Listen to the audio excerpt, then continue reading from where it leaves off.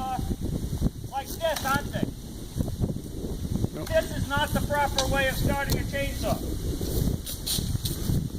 It's either the grounding method with your foot on it and starting it, or behind the knee method.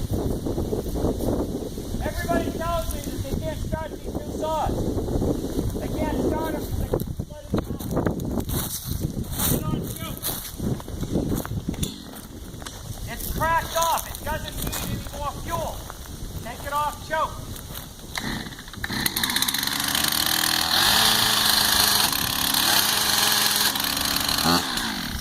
That's why we don't drop start the saws. When you drop start them, they go to 100% power. As they go to 100% power, what is that if I slip? My leg, isn't it? Or if you lose control, it can be anything. You use the power of your forearm behind your knee.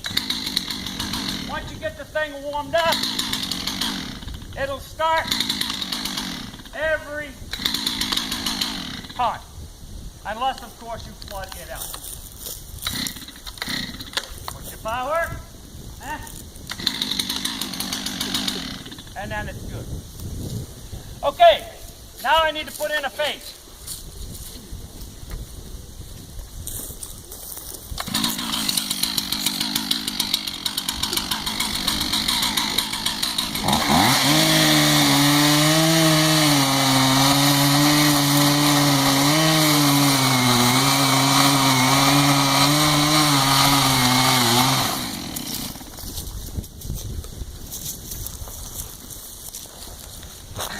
I went out the other night.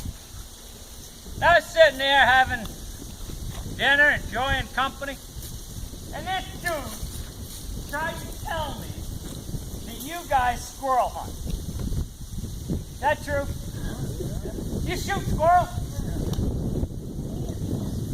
You eat them? What's it taste like? Chicken? Chicken. All right. So, when you go to shoot the squirrel, shoot it with what, a rifle? Shotgun? So you take the shotgun, you put the barrel on the squirrel. Then you take the back side of the gun and you squeeze it out here like this, don't you? No? Why not? You won't hit a damn thing, will you?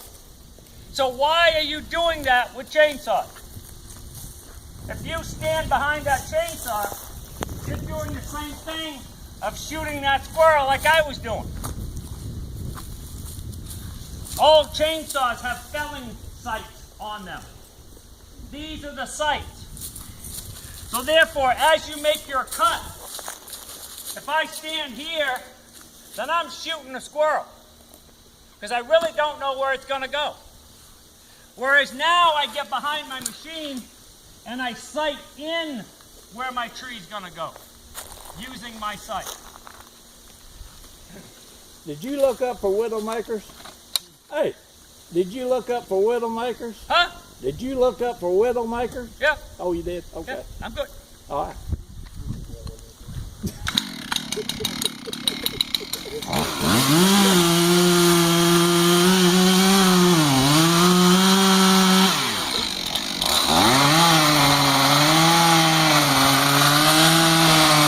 That's a dry food, yeah.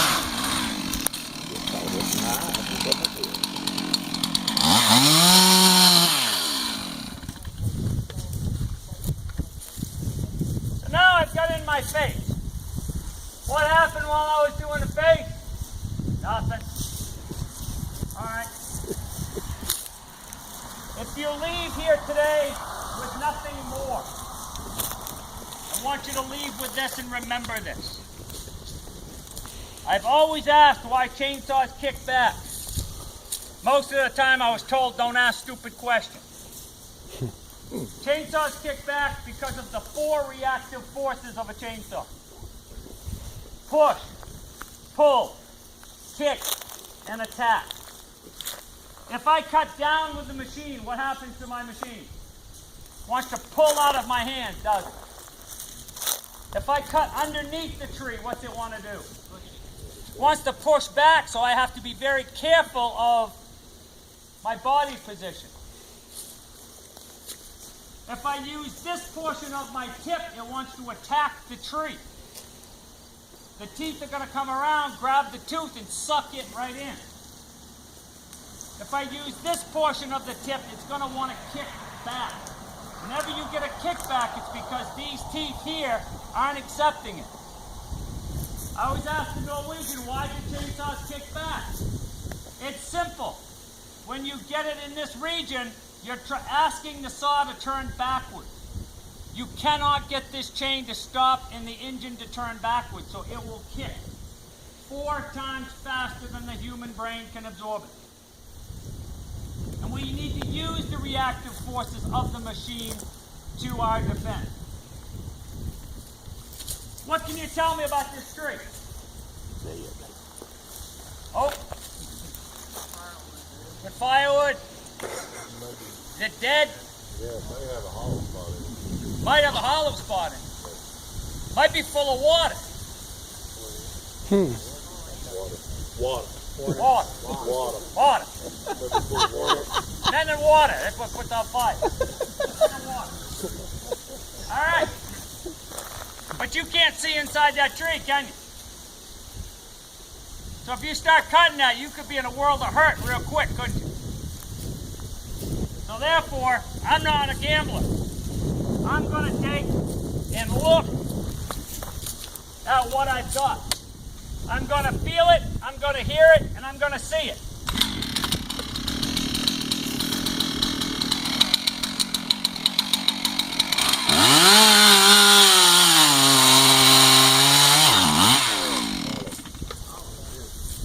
Guess what? She's hollow. Damn. This has now just been brought up to a level 3 tree because it's hollow. I told you that I'm an instructor. Told you that I was a firefighter. Told you I was a magician with those socks. But I have one more job. I sell life insurance. Anybody like to buy some? This is life insurance. Life insurance because this is going to help me get that tree to the ground. Of all the fatalities that I get to investigate, if the people would have had life insurance, they probably would be still here today. And you notice that the life insurance is the width of the bar if I should happen to need it.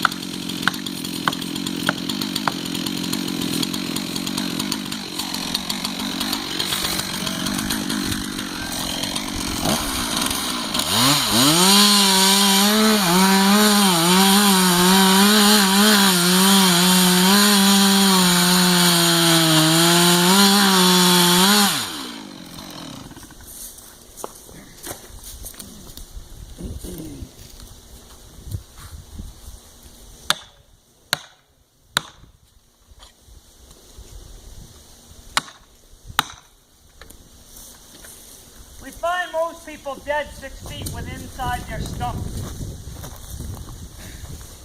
If I was cutting this tree from the back, and as I'm cutting it, it starts to go, I've got to continue to cut it, don't I? Or it's going to split. If I run out of fuel, as I'm cutting this, the tree's sitting there, rocking back and forth. If the wind comes up, and lo and behold, it sits right down on my bar. Now I've got my saw that's pinched on it. I'm in big trouble. So I bore through it, or I plunge through it. As I plunge through it, I set my wedges, I recheck my escape route, I make sure my students are safe, and I cut it. Get out of the old way of cutting from behind. It's a very dangerous way of cutting a tree. This summer, in the state of Maine, a guy was cutting a tree. His little boy heard the noise, so he went to see what Dad was doing. He pulls up on his bicycle down there. His old man's yelling, "Move! Move!" Can he stop that tree once it goes? Nope. And he didn't either. Direct hit to the back of the little kid's head. Killed him deader than a doornail. But if he'd done it this way, he could have stopped, checked, and double checked to see what's going on. So what's left to do here? Yeah? Yeah. Because of the weight of the tree. Oh, okay. Okay? So what have I got to do? All I've got to do is get you guys out into the 45, out into the escape zone, and I've got to finish the tree.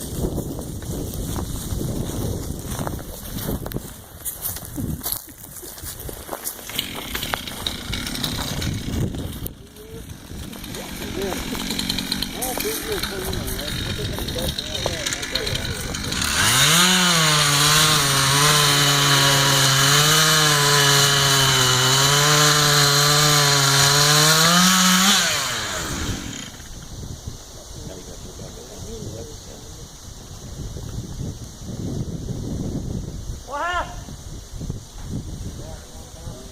It's dead. That's what happened. You feel the prevailing wind. So now we got to tickle.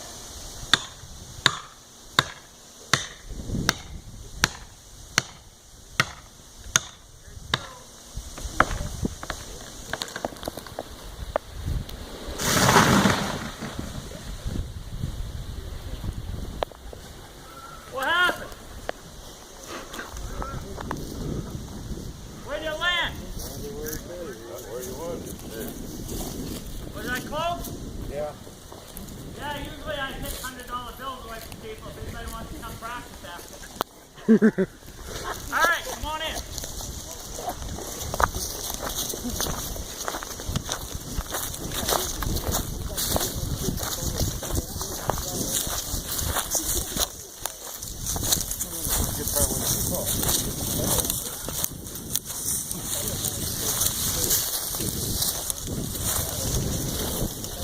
I was right in telling you it was hollow, but now I have to turn into investigator. Of course, you take pictures all up and down the sun. So I get rid of this, I get rid of this. I get rid of the dust.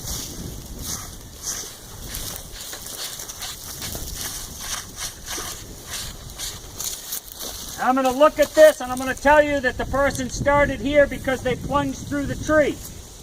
Obviously, they stopped right there because they felt the hollow. Then they came over and they did the same thing, right in this region. Then they cut all of this out, leaving their hinge. And I left a big hinge on this one because I knew it was hollow. And I left this as my safety. I left that as my safety so I could secure that everyone was all right. Then once I broke the safety, it was dead, so it had no weight factor to help move it. So I just tickled that with my wedges. And then once it started to go, where was I? I was out there at least 12 feet on the 45, so that widowmaker that you were concerned about, that widowmaker you were concerned about, wasn't an issue. Because if it did come down, I was gone. I'm long since gone. All right. Mission accomplished. Trees on the ground. Why did I cut that stump so damn hot? You never cut a dead tree bent over. Because if that widowmaker he's concerned about comes down on top of me, where's it going to get me? Your back. It's going to get me right in the back, and they're going to find me paralyzed here. Whereas standing up like I did, I'm close to the tree. When that Widowmaker comes down, it's not going to slide down the tree. It's going to fall right out here. When it falls out here, I'm in the safety zone at that point. And I can see what's going on. So not only did I see the wood chips, feel the saw working, and listen to the sound of the engine to tell me what was going on with it. A lot of it's done right here in the fingertips. So you can display this after. And then, if I need to, I can shave that stump down after we go along. All right. How many people pinch? Pinching is expensive. We want you to get out of the pinching mode.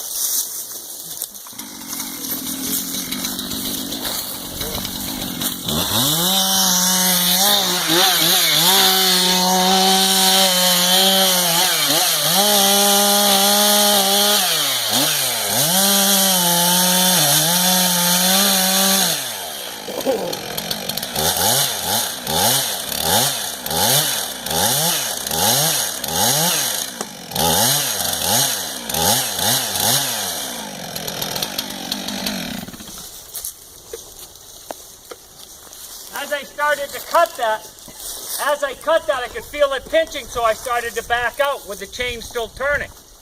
And then it continued to pinch. Then at that point, I came through and I dropped this. This is cut.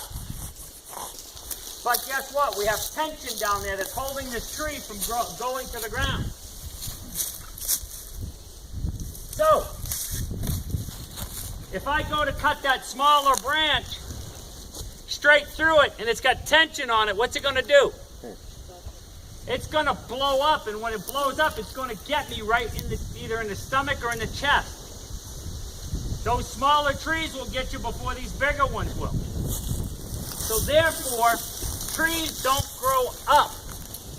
Trees go out in a ring. So if that tree is bent over, one side's got tension, the other side's wide open. So therefore, you have to relieve that tension so you don't end up getting killed.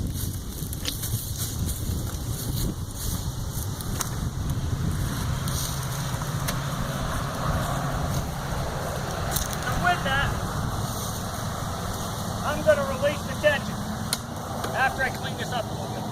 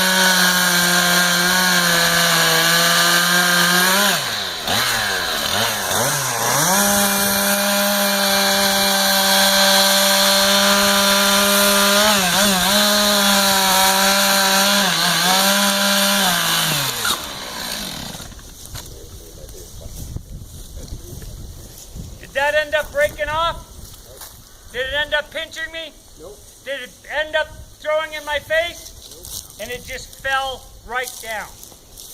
As you're cutting this, you look and you're seeing toothpicks stand up. As you see toothpicks standing up, that's telling you you've got tension. When you continue to shave and the tension's gone, you won't see toothpicks anymore. That's an indication that the tension is gone, and then it just goes plump, and it's done. So when you were shaving, were you just shaving like in an oval, or were you wedging? No, shaving. Okay. Making a bowl. Okay. What I was trying to do. The more tension, the longer you're going to want your shave. Light tension, you want to come in really smooth and short. I know a lot of you people get called out to open roads. How many miles of roads at a time do you have that you need to open? Mile? Half mile? Quarter mile? Well, far too many times people will sit there and just start working at the tree. Cut a section, roll it out of the way. Cut a section, roll it out of the way. We don't have time for that. It's nasty, it's cold, we need to go to the house. So therefore, I want to take 2 people. Give 2 people 6 trees. Give 2 more people 6 trees. 2 more people 6 trees. 6 chainsaws, 6 people, everybody gets 6 trees. The person at the base is going to make 1 cut. The person at the top on the other side of the road is going to make another cut.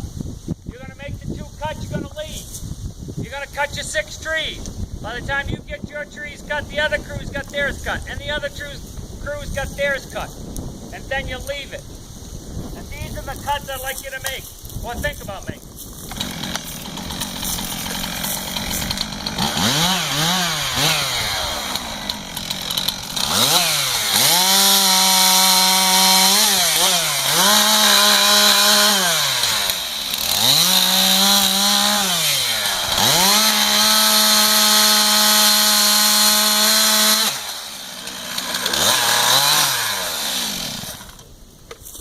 That is a kickback. Why did that kick back? Because the tip of the saw hit that right there. And that's a kickback. Okay. So I've opened this up in the fee method. But I've left a section of wood in the middle. I want that to stay. This is the person at the base of the tree. On the pavement of the road. The person at the top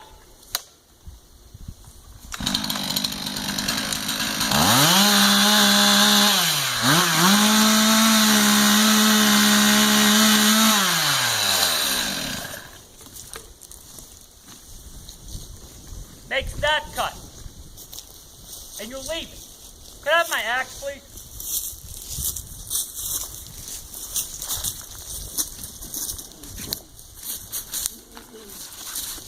Thanks, sir. And you leave it. Now you've got 18 trees cut. Now you call for a piece of heavy equipment. Or if you've got a vehicle that's got a winch on it, you can just winch it too if you'd like. But I like the piece of heavy equipment. You tell the operator, him or her. The female operators are better at doing this than the male. Because they have patience and they take their time.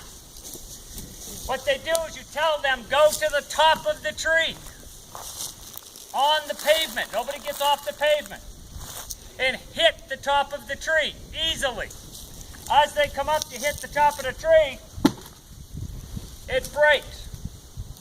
Did that pinch when they were cutting it? No. Nope. Did that fall down in the road so they had to cut it in the dirt? Nope. As they hit that now, that breaks off. Then at this point, you can see how this one here doesn't want to go.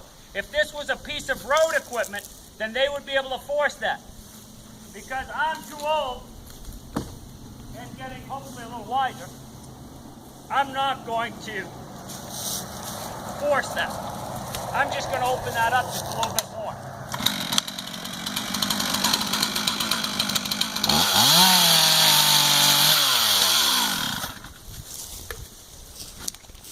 Now they come and they start to push.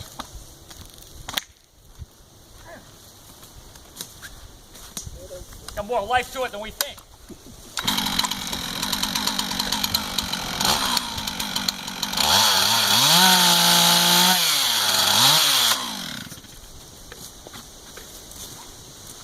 Then come along and you start to push. As it pushes, it acts as a gate. When this section gets to this section, it'll break off. If this is the road, that section's in the ditch, this section is in the ditch, and your road is open. You can cut that up days, weeks, months, and years to come. You hit the one tree, then you hit the next one, and they just keep opening like a gate the whole time that you're going on. Question. The first two cuts you made were wedges on each side of the base. It was a cut down and a cut up, bypassing the fiber. It wasn't a wedge. This one here, the first one, The first one yeah, it was a wedge. It was a V on each side. on each side. And then the second cut was the one up on the top. Yes. So when the equipment operator pushed, it didn't break at the first cut. Where did it break?